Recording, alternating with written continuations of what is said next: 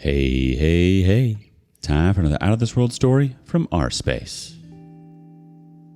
Turns out Facebook Marketplace really does have it all. Air fryers, vintage lamps, and affairs just waiting to be discovered. Today on rSpace, if you're into secondhand goods, maybe secondhand relationships is your thing too. Wife was having an affair with her ex. I let her affair partner's wife know, and she ruined their lives. It took me a while before I could calm down enough to write this. I'm angrier than I've ever been right now, and I have nowhere to direct all these feelings. I thought posting here might be the next best thing to help me get it off my chest. Or maybe it might just make me angrier. I won't be able to tell until I'm done writing it. I, 30 male, have been married to my wife, Marie, 30 female, for 5 years. We met while we were still both in college, and got married as soon as we could after graduation. Before Marie and I met, she had just gotten out of a year-long relationship with Travis. They only dated for a short while, but from what she told me, it was intense. Things ended when he cheated on her, causing them to fall out dramatically. We met 6 months after that and started dating 2 months later. That was when she told me about Travis and how things had ended with him. Hearing the way she talked about him gave me the impression that she hated his guts, and she always assured me that the two of them weren't on speaking terms anymore. I never even gave Travis much thought because I believed he was out of the picture for good. That impression changed when I found out that they started talking again recently. I found out about our affair because we were trying to sell some old stuff lying around the house on Facebook Marketplace. I was talking to my cousin on the phone when he told me that he was interested in buying the microwave we were trying to sell. It was still in good condition, but Marie wanted us to get one that fit our kitchen's aesthetic better. I don't use Facebook, so all the things we wanted to sell were listed on Marie's account. I told my cousin that I had to check whether Marie had promised to sell it to anyone, and told him I'd call him back. I went to get Marie's laptop and went to Facebook. Her account is always logged in, so that wasn't a problem. If you still use Facebook, then you'll probably know that Marketplace messages go to the same inbox as DMs. So when I went into her inbox to see if she had any messages about the microwave, I saw she'd been messaging Travis. It was such a stupid way to find out, but I forgot about the microwave instantly. At first I thought it couldn't be the same Travis, but I knew his full name and that was it. I didn't waste any time opening the conversation up, especially because she hadn't told me that she was still talking to the guy in any capacity. He was meant to be ancient history at that point. It was innocent enough on her end. Travis was the one who had messaged her first. He just asked how she was doing, and she responded like someone who was reconnecting with an old acquaintance. She wasn't overly warm and friendly with him, but I also couldn't see any of the anger and dislike she claimed she had for him. I assumed that enough time had passed that she wasn't bitter about how things had ended anymore. If things had ended like that, that would have been the best case scenario, and I wouldn't have even brought it up with her. The problems started a little later in their conversation. Travis started to get inappropriate, so far as I was concerned, and Marie wasn't doing anything to shut him down. He was talking about missing her and feeling like an idiot for messing up his chance with her back when they were dating. As a married woman, I expected Marie to change the topic or end their communication altogether. Instead, she was sending LOLs and laughing emojis. It seemed clear that she was liking the attention and the feeling of being desired by someone. Probably helped even more that this was someone who had done her dirty in the past. That was where it had ended, though. There was no sign that they'd gotten together, and no evidence of any affair, but I knew things weren't right. I know how men think. Travis wasn't getting in touch because he missed her conversation and sharp wit. He was after something more physical, and Marie was playing into his hand. I completely forgot about the microwave and reread the messages over and over to make sure I wasn't missing anything. I even took a picture of them on my phone. When she got home, I confronted her about it. I explained how I came across the messages and told her that I felt like she was hiding something from me because she hadn't let me know that she was talking to her ex. She looked a bit insulted and said she didn't think it was something that needed to be announced. I ignored the sass and told her my main concern. Travis didn't have innocent intentions, and frankly, I didn't feel like she was doing anything to discourage him. She insisted that it was perfectly normal conversation and that even if he had tried anything, she'd just shut it down. I pointed out that she hadn't shut him down yet, but she insisted that he was just being friendly. It was interesting how much she was defending someone she hadn't spoken to in ages. I was tired of her trying to make excuses for him and waving this away. I told her outright that it didn't matter if he was trying to just be friendly. I didn't care if he was being nicer than Mr. Rogers. I just didn't want her chatting with her ex. It felt weird, and it made me uncomfortable. At first, she tried to argue with me and said I was being controlling, but I wasn't going to back down on the matter. I asked her how she would feel if I was still talking with my ex. She hesitated for a moment before admitting that she wouldn't be okay with it. With that, she agreed that she would stop talking with Travis. I wanted to believe her, but I wasn't going to be taken for a fool either, so I kept an eye on her. I checked out her Facebook once in a while to see if she'd really stopped talking to him. Yeah, I know it's snooping. Call it a violation of trust if you want. All I'll say is that there wasn't much trust left to violate at this point. It looked like she was keeping her promise. For a while, there were no new messages between them on Facebook. I don't think she knew for sure that I was going through her DMs, but she could probably guess. Based on that, I had to assume she could also be talking to him through another platform, so I did some more checking. I'm not sure why I was so suspicious of her, talking to an ex you claimed to hate after years of being apart, and then defending him when I talk about his intentions is a massive red flag though. Or maybe I was just paranoid. But you know what they say, you're not paranoid if you're right.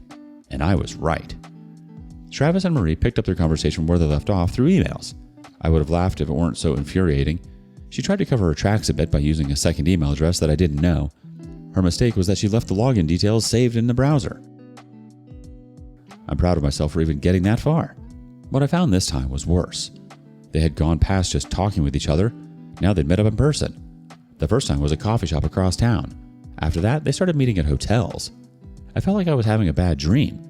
I couldn't believe she'd been bold enough to have an affair with him, even when she knew I was suspicious about him. I really wished that she had been telling the truth about everything being innocuous before, but clearly it was as bad as I could have imagined. Going through their emails, I could see how it happened. She'd emailed him first, telling him that I'd found their Facebook messages and that I was jealous. He laughed and said she was worth being jealous over. Then they started talking about old times. She admitted that she still had feelings for him after the breakup, and she might have gone back to him if we didn't start dating when we did. That was a blow. I'd always thought we'd truly loved each other, and now I was finding out I was some sort of consolation prize. Someone she settled for since she couldn't have her ex. And she'd been holding on to those feelings the whole time. My marriage was a lie.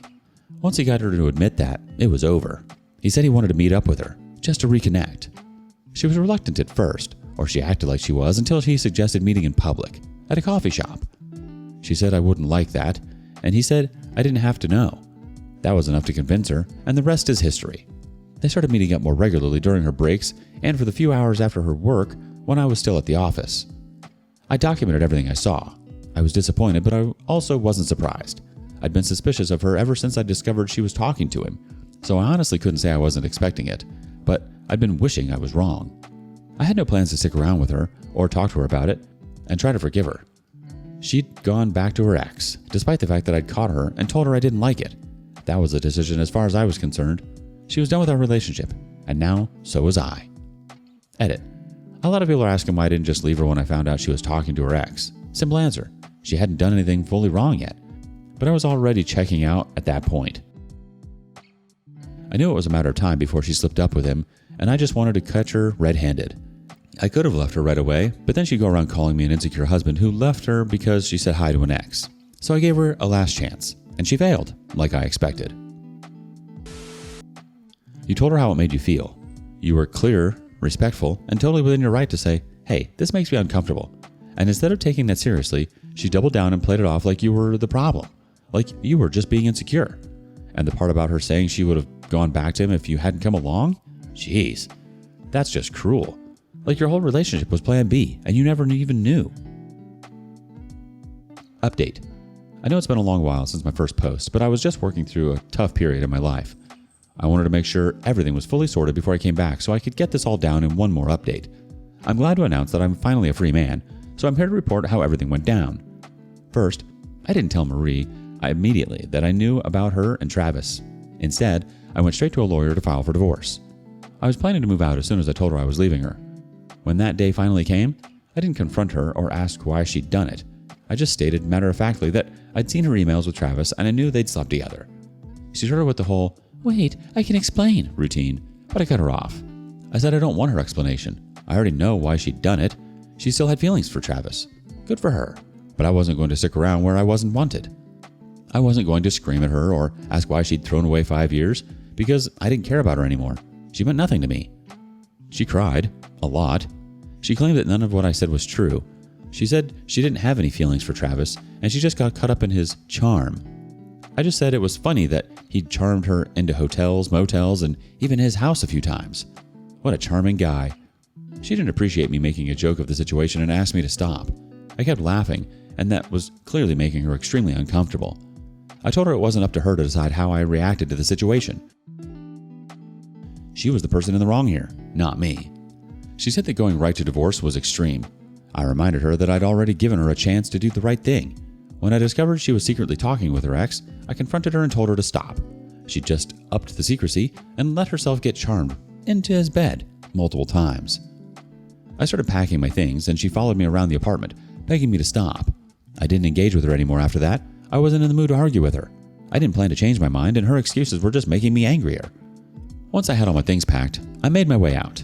I told her that I'd already filed for divorce and she should expect to be served in the next few days. She tried following me outside, but I told her not to embarrass herself. I wouldn't change my mind, and all she would do is attract the neighbors' attention. She closed the door and went back inside, still sobbing. She got served the day after and called me to let me know that she wouldn't sign the papers until we sat down for a discussion. I told her that we'd already had the only discussion we needed to have. I'd warned her to stop talking to him, and she'd slept with him instead. After that, we were done. She insisted that we still needed to talk first, but I didn't give in. After a week, she gave up and signed the papers. The divorce itself went smoothly. Don't get me wrong, divorce sucks. It's expensive, stressful, and eats up all of your energy and free time. And if you're a man, there's the constant dread that you're going to lose half of everything. I didn't have much to lose, though. We rented her place, and I let her have the furniture because it was all more to her taste than mine. My real fear was that I'd end up having to pay alimony to a woman who cheated on me. My lawyer assured me that I wouldn't have to because she was able to maintain her current standard of living on her own. Luckily for me, he was right. Now, something I didn't realize before I made my first post was that Travis is married. When I was compiling the evidence to show to my lawyer, I decided to take another look at his Facebook account. He didn't have his relationship status updated, and his new posts didn't show his wife, Rachel. But going back about 3 years, I found a picture of the two of them that he had uploaded just after their wedding. She was tagged in the post, so sending a message to her wasn't a problem. I had a few reasons for telling his wife what had happened. First, I didn't like the idea of her being cheated on and not knowing about it. I knew I wouldn't have wanted to be in the dark if our positions were reversed. There was also a selfish reason. Honestly, I just wanted Travis to pay. He knew she was married, but he'd still walked back into our lives just to have another chance with Marie. It didn't seem fair to let him get out of this unscathed. So I told her everything. I attached all the screenshots and messages that I'd taken from her laptop, and I explained how she and Travis knew each other. His wife wasn't surprised. She said that Travis had cheated on her once before, and she'd forgiven him. He promised to change, but now he was back to his old ways. I told her what I believed, that cheaters never change, and that he'd just do it again if she gave him the chance. That's why I was getting a divorce. She thanked me for letting me know and said she'd deal with it. When I found out just how she chose to do that, I was surprised. She seemed so calm and collected when we talked about it. I didn't expect her to smash Travis's windows and slash his tires, but that wasn't even the most extreme thing she did. I found out that she'd stalked Marie's LinkedIn to find out where she worked. Then she waited for her in the parking lot and confronted her. Rachel loudly accused her of being a homewrecker in front of her coworkers. Marie had been so humiliated that she started crying and attacked her. They got into a fight, and apparently Rachel got the upper hand until security pulled them apart and called the police. Marie was threatening to press charges for harassment and assault, even though she was the one who started the actual physical fight. Travis was begging her not to press charges because he was still trying to work things out with Rachel. She told me that she was leading him on, but she was already filing for divorce. I almost wanted to think she'd gone overboard, but I knew Travis and Marie deserved everything they got. I'd gotten most of my information from Rachel since we'd been keeping in touch once in a while. I recommended my divorce lawyer to her, and she gave me occasional updates about how things were going. But my next big update came from Marie herself. She called me one evening, trying to get me to feel bad for her. She said she had to quit her job because of the altercation with Rachel. Her co-workers had been treating her differently and whispering behind her back. She tried to apply for a transfer, but it was declined. She said she had no choice but to quit because she couldn't take it anymore. She said it was petty for involving Travis's wife in everything, that she didn't need to know and everything could have been handled between the three of us like adults. I told her I hate her for saying the three of us, as if he was an actual participant in our relationship. I said I didn't need lessons on how to keep secrets from her. I didn't care if the two of them were comfortable hiding their affair from their spouses. I wasn't like them, and it wasn't my fault if Rachel didn't choose to handle the situation in the same way I did. She wasn't ready to accept responsibility for her actions, of course, and kept implying that everything was my fault. She also said she felt like I owed her alimony. I was baffled and reminded her that the court had awarded her nothing. Then she shared her twisted logic. The court hadn't ordered alimony because she had a job when the divorce was finalized. Since she lost her job as a result of my actions, according to her, I owed her alimony. I decided things were getting out of hand at that point. I told her I'd pay if a court ordered me to, and that she should talk to her lawyer again about it. I talked to my lawyer about what she said, and he nearly fell out of his chair laughing. Feels safe to say she's not getting that alimony she's after. She didn't get a lot of things she wanted. She wanted to have some fun with her ex and keep her husband at the same time. Now her husband had left her, and her ex decided his wife was the one he wanted to fight for. Now she was out of a job with no alimony to fall back on. I didn't feel bad for her. All I did was set boundaries, and she cartwheeled across them. And I'll never let anyone make me feel bad for setting up solid boundaries. I'm impressed you looped in Rachel. You didn't have to, but it was the right thing to do. No one deserves to be in the dark like that, especially when there's a repeat offender involved. That woman might have gone nuclear, but I can't say they didn't earn it. She did what she needed to, in her own way. And now everyone involved is dealing with the reality they created. As for Marie, trying to spin this into some weird sob story about you're ruining her life? That's rich. She ruined her own life. Actions have consequences. You didn't make her sneak around with her ex. You didn't make her lie, cheat, and ignore your boundaries. And you certainly didn't make her throw away a marriage that you were still clearly invested in. She did that, every single step of the way. What's the most unprecedented way you, or someone you know, found out a partner was cheating? Share your stories with us in the comments below.